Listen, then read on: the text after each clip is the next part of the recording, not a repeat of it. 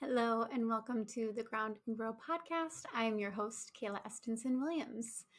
This week for me, work-wise, has been really kind of admin focused, meeting focused, all that stuff, which has been kind of a nice variety and balance. I currently work 3 days a week, and all of those days I had a different consultation or network meeting or different thing like that, which was kind of um, fun to have in and nice to really connect with the community. And I know for me, in the past, I have either not had a steady ongoing consultation group, or I've been in consultation groups which haven't felt like a really great fit. And now it's nice. I feel like I'm in my groove for this last half a year or so, where I have a couple regular consultation groups that I love. One is more perinatal focused, so I get to really do some case consultation on pregnancy, postpartum, that kind of stuff, and talk business things too. And the other consultation group I'm in is more private practice focused, so more checking in on business things and stuff like that. And I think it's really important that we have in whatever work that it is we're doing, that we have that community that we feel supported in, whether it means we have space to process different challenges that show up in work, or just things that help us feel connected and motivated and energized to do the things that we're doing. I know it's obviously going to be very different depending on the kind of work that you do or the structure of your company or different things like that. But me being in small business, private practice, having that community is really important, because I don't work in an office space where I have a lot of other colleagues that are there that I could just knock on someone's door and check in. So if you are a therapist and you either don't have a super big, strong support at the place of work that you're at, or if you're practicing more solo or in a small group, it's worth it to build in that community for yourself. And I know sometimes it means exploring a bit and reaching out to see who wants to connect and have some kind of ongoing consultation or different things like that. But it is nice. It's nice to have. And kind of on that note, I know I plugged this maybe last episode or two ago, but in April, I will be starting a group supervision, just a meeting every month where we check in for a couple hours, works towards your supervision hours. If you are in the state of Minnesota and you're a pre-licensed therapist, either working towards your LMFT or your LPCC, I will have a supervision group that's going to be ongoing the first Wednesday of every month, 2 to 4, where we'll get to do a lot of self of the therapist work, because I think that is such a huge component of supervision and growing into our profession. Obviously, case consultation and some professional development stuff too. So I've just kind of put it out there a little bit. So there are still some openings in that group. So if you are interested, you can head to my website to learn more about that. You can shoot me an email if you would like to get put on the roster for that, or if you have any questions that would help you identify if it's a good fit for you or not. So I wanted to plug that out there. If there are any pre-licensed therapists looking for a supervision group in Minnesota, I will have one coming up soon. So that is there. That's been something I've wanted to do for a while, but I haven't really jumped into it. So yeah, this will be my first supervision group that I'm leading. I've been doing supervision for a while, but my first group. So that's very exciting. And I also just opened up for individual supervision as well. So I do have a spot or two maybe for folks who are looking for individual supervision. Again, in the state of Minnesota, if you're working towards your LMFT or your LPCC license, I've got that there. Lots of letters. But yeah, so those are my little work updates, life updates. And then let's get into our little story share in psychoed. So this is going to be related to postpartum, parenthood, that kind of stuff. So it's a little short one, but I think it has a lot of important points that I want to share about just balancing the parenting load and navigating the transition of parenthood, because I think it can be really hard and bring up things that maybe we didn't expect to be challenging, and it's like a totally different season of life. So this is one again from Reddit, on the Am I Overreacting subreddit. The title of this is Am I Overreacting? Husband wants breastfeeding / pumping to be over. My husband and I have 3 kids, the youngest of which is 5 months. We both work, so the kids are at school or daycare, and I breastfeed, so pump, etc. as needed. Lately, he has been pressuring me to stop cold turkey because he's sick of it. With my other 2, I did this for a year each and plan to do the same with this babe. I'm not sure why someone who doesn't have to put their body through it gets a say or has any opinion. Am I being crazy? Is it that annoying for partners that it's a reasonable thing to ask? In my mind, it's my body and my choice, but now he's bringing it up daily, and it's really getting to me. So, of course, I have some opinions. I'm sure other parents listening in, especially if you have been the breastfeeding parent, you probably have some feelings and opinions too. So first I want to name, however you feed your baby is going to bring up stress, and it's going to be a big transition. And I know we logically obviously know about that going into it, but we don't really know what the toll of it might be, right? So for me, I was like, oh yeah, I'm going to breastfeed and it's going to be great, and was so excited for it and felt really confident about it.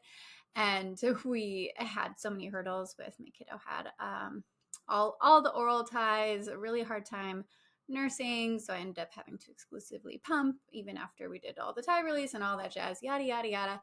But moral of the story, it was so much more physically and emotionally taxing than I expected, and took up so much time, and really took both me and my partner investing a lot of energy in that to make that happen. And I'll name, even when we at the very end, the last month or so, we ended up having to switch to formula because as I was reducing my pumps, it was like, oh, there's no more milk here.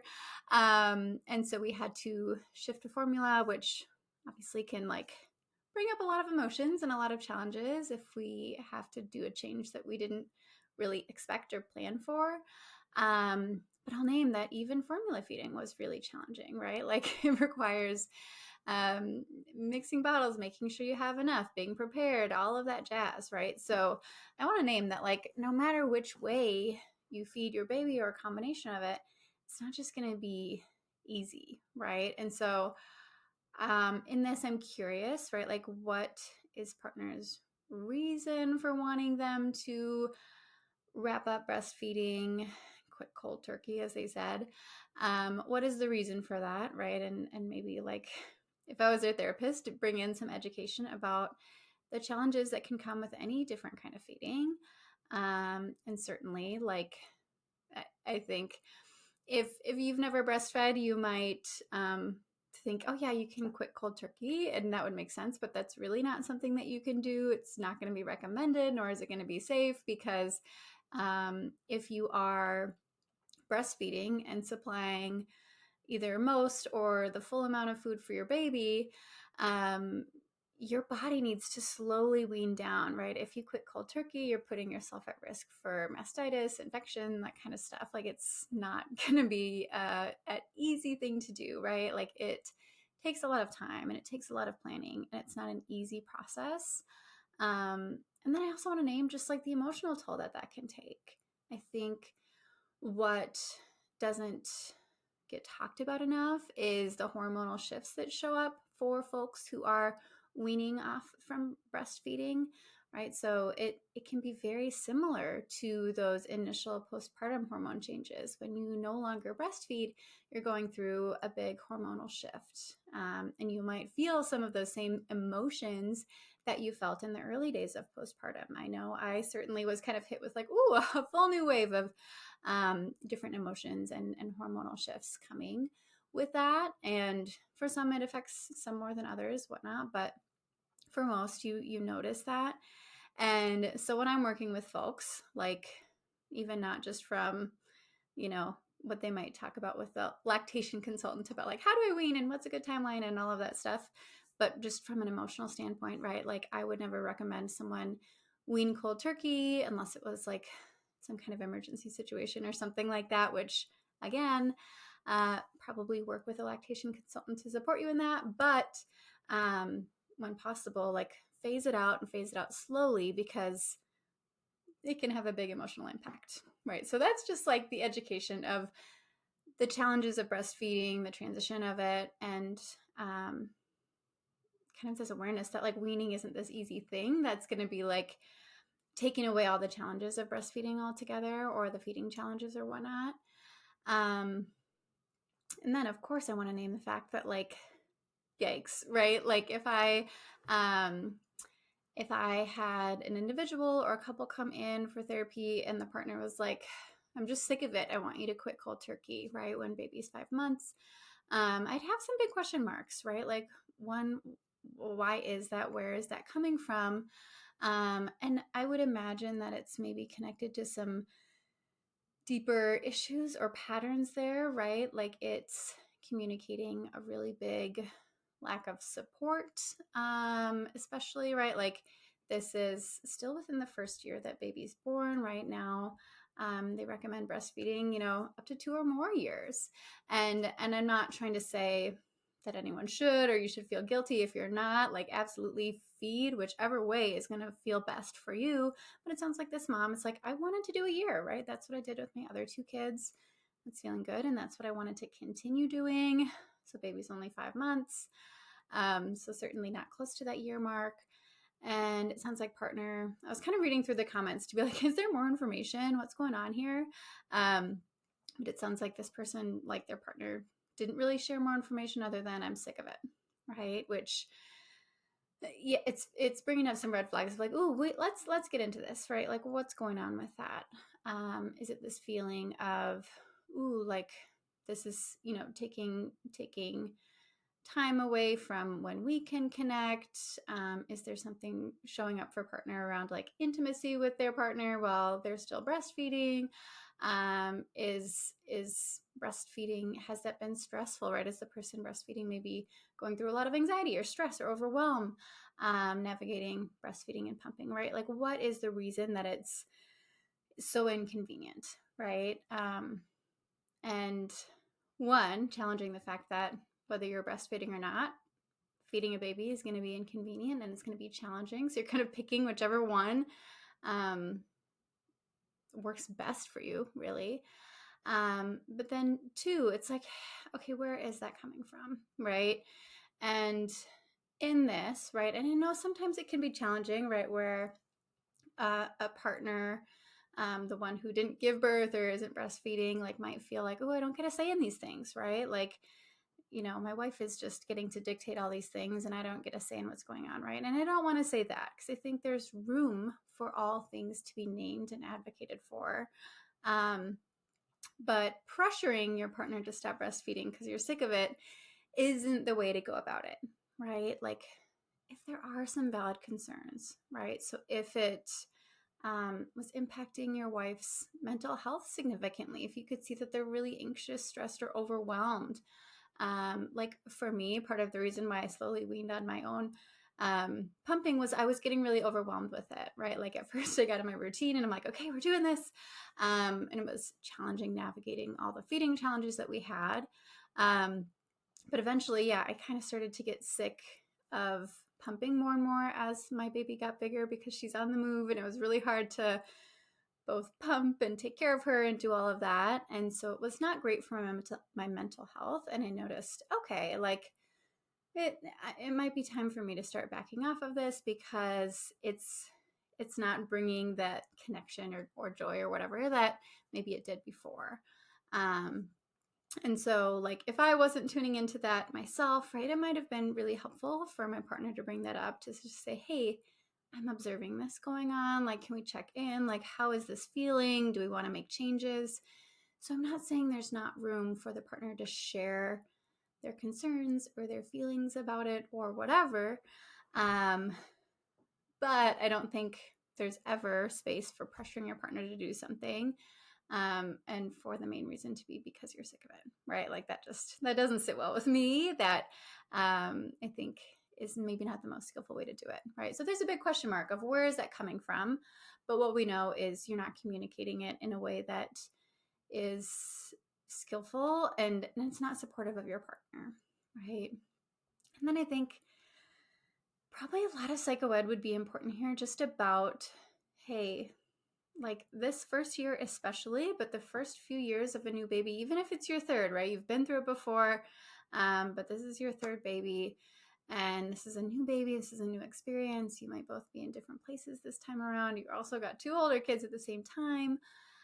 This is a new transition, right? And this isn't going to be what forever feels like, but there are some things that we're going to sit in that are uncomfortable right now, right? And so it would be valid, right? That maybe there are some stressors or frustrations around the routine that breastfeeding, that pumping is bringing in for this family.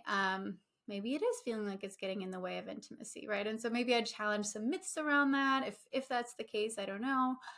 Challenge some myths, figure out how they can connect and work through that, but also just name, you know what, like it is normal for however you feed your baby to kind of become a little bit of a priority. Yes, let's dig into the concerns that are there. Let's talk about it. Let's bring in open communication. There's maybe more room to like wiggle things around or rework things. And this is a season of life. It's not always going to feel like this. And so how can we also practice some skills to tolerate the discomfort or navigate the things that we don't like as much?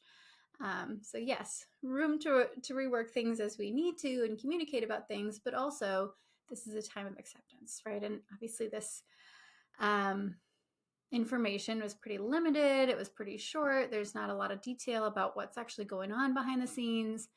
And it's letting me know like, ooh, there's probably something, right? And I don't think it's just about the breastfeeding, right? I think there's something else going on here. So let's dig into that. Let's explore that. And figure out how to become a team again, right? Because I think this can be a common thing for couples who are parents of a new little human, where it can feel like, especially if one partner is breastfeeding, there can sometimes be this like, ooh, I feel like we're on opposite sides, right? Because maybe kiddo is more attached to mom if they're nursing more frequently. Or maybe sleep routines are hard to be done by dad because he doesn't have boobs. He's not breastfeeding in that way. And so this can be tricky. This can be challenging, right? And so sometimes there can be like this feeling of like, ooh, we're both on different sides. But really it's about how do we get everyone back on the same side and support the feeding journey, whatever that is. And if the goal, sounds like the goals are different here, but if the goal is to maintain breastfeeding, we know the number one factor that's going to support breastfeeding is partner support, right? And that might look like emotional support. It might look like, okay, like especially like if baby mainly just wants to nurse and isn't really doing bottles that much, right? It might be, okay, partner is going to wash the pump parts or wash different things or do different tasks or whatever while the breastfeeding partner is nursing, right? So lots of different ways that there can be support, and we start with communication, right? And so really what's coming down here is communication, right? There's big question marks. Let's figure out the why. Let's figure out what's behind it and underneath it, and then find some shared goal. And most often when I'm working with couples, maybe we start talking about something where they feel on totally different pages about, but then when we get into it, we can identify, oh, the goal is the same, right? That goal might be, I want to connect with you more, right? And there are ways we can make that happen, even if it doesn't look like maybe how we initially thought, right? So that's my thoughts. And I think with that, right, like being prepared for that, and like if If you're a couple and you are expecting a little one, it might be start having those conversations now about, hey, what are some of our goals and expectations? How do we want to balance it? Know that you're going to be reworking that because you have no idea how it's going to go. You have no idea how it's going to feel, but allow that to be something that you continue to check in and communicate about. I think that time of life can just be a really good one to get in a therapist office, virtual or in person, get in that therapy office, and work through these things together with a therapist to kind of plan ahead. Your therapist, if they specialize in perinatal mental health like myself, they're going to have some good questions to bring up to help you work through together as a couple of like, okay, what things might we want to be prepared for? How do we communicate better? Because nothing is going to bring up those little growth areas for communication like parenthood is. You're gonna figure out those areas that you need to rework, and so that's great. It gives you opportunities to see what are the areas that we struggle in communication, how can we do it more effectively, and how can we continue to be checking in, so that instead of this being a tough season of life that brings us apart, we enter the season of life that, yeah, sometimes is going to feel tough, but helps us become a stronger team, even if we don't always feel like maybe the same exact way that we used to before, right? But we're still a team. So that's my thoughts on that. Of course, a little plug to go to therapy, do the work with a professional who's going to help support you and guide you in that. But that's all I have for today. I hope you have a wonderful rest of your week. If you enjoyed this episode, I do appreciate a rate and review from wherever you're listening. Share it with a friend who would enjoy this kind of podcast to help me grow it a little bit more. It's been fun getting into this podcast a little more consistently. So I'm hoping it can grow a little bit so that I can continue carving out time and space for it if it continues to be useful for folks. So if you can show some love, I appreciate it, and love back at you. And I will check in with you all next week when we meet again.